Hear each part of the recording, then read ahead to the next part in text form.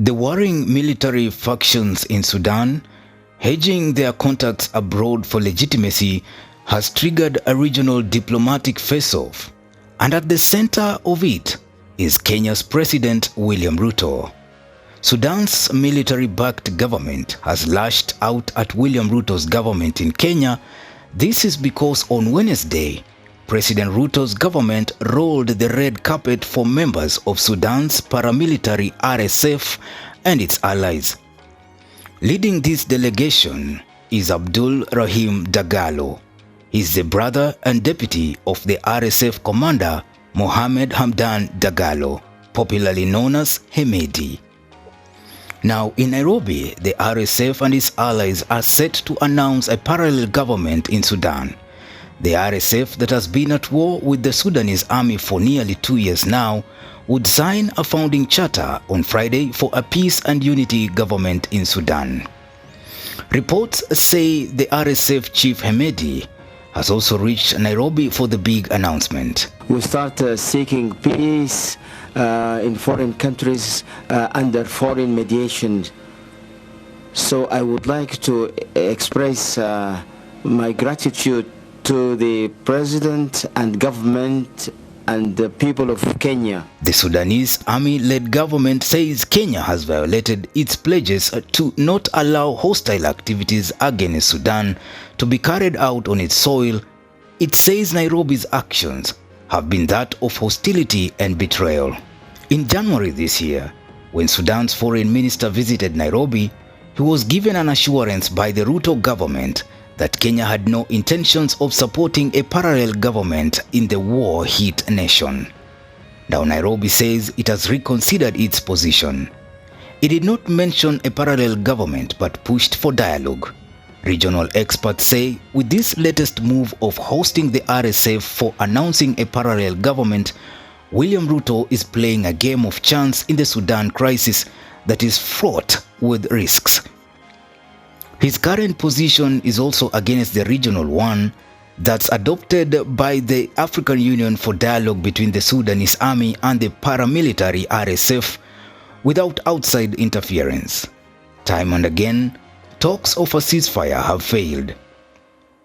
The warring generals have shown little interest in a long-term ceasefire. Last week, the UAE, accused of backing the RSF with arms, turned around and called for a truce at a conference with the African Union leaders and the UN chief Antonio Guterres. The UAE had pushed for a humanitarian ceasefire during the Muslim holy month of Ramadan. The ceasefire call was backed by the UN chief Antonio Guterres.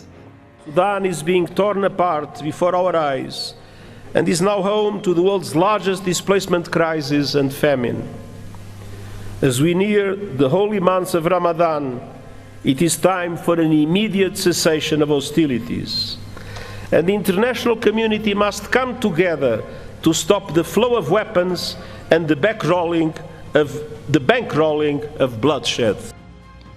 Even Kenya's William Ruto pushed for sustainable peace on the sidelines of the African Union summit, but the Sudan Army Chief Burhan rejected the gesture, saying it violated the country's sovereignty. The Sudan Army Chief had previously opposed Kenya's role in mediation, accusing its President William Ruto of bias. Kenya dismissed these claims. But then last year, President Ruto hosted RSF Chief Hemedti at the State House in Nairobi. He also shares a long-time friendship with the RSF leader. At the moment, the winds of change have been in favor of the Army Chief Burhan, with his forces gaining momentum in the fight for the capital of Khartoum. He has also rejected the possibility of the formation of a rival government. Outside solutions won't be forced on Sudanese people. I'm sending a message to the African Union and the United Nations. The Sudanese people won't accept imposing any government, and they won't accept having Hamdok or any other person. Those who want to rule Sudan should come and fight with the Sudanese people.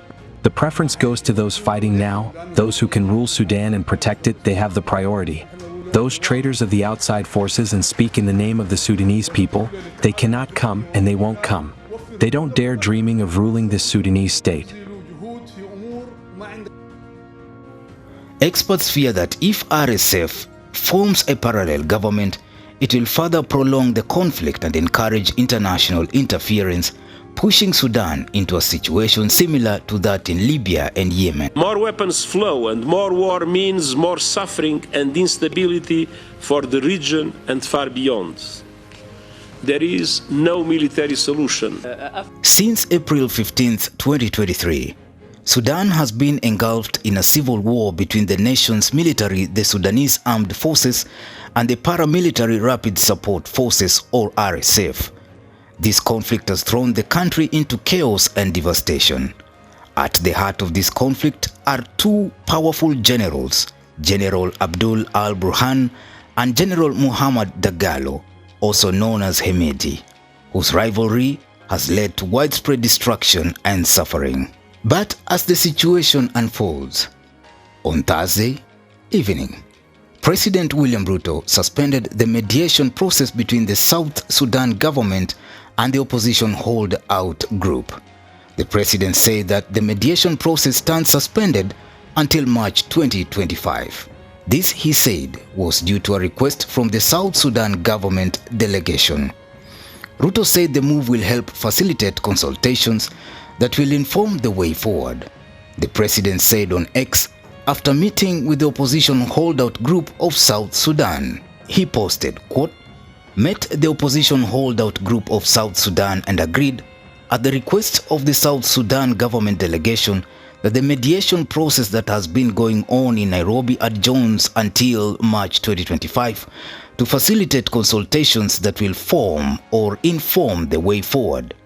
At the request of President Salva Kiir Mayardit of South Sudan, Kenya has been facilitating the mediation process for the past 11 months in an effort to resolve the political stalemate that has resulted in a serious humanitarian situation and difficult security challenges, unquote.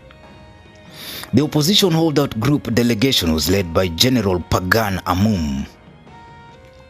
Others were General Paul Malong, General Stephen Boy, General Mario Lada, Mr. Lual Dao, and Dr. Sirinyo Hiteng. In April 2024, former Army Commander Lazarus Sumbeiwo assumed office as the chief mediator in the conflict in South Sudan. Foreign Affairs Principal Secretary Korir Sing'oei handed over the leadership to Sumbeiwo after months of steering the process. Ruto named Sumbeiwo the chief mediator between holdout groups and the government in Juba. President Ruto said that he had been assigned at the request of President Salva Kiir of South Sudan. Ruto said he was turning to Sumbeiwo because he understood the problem.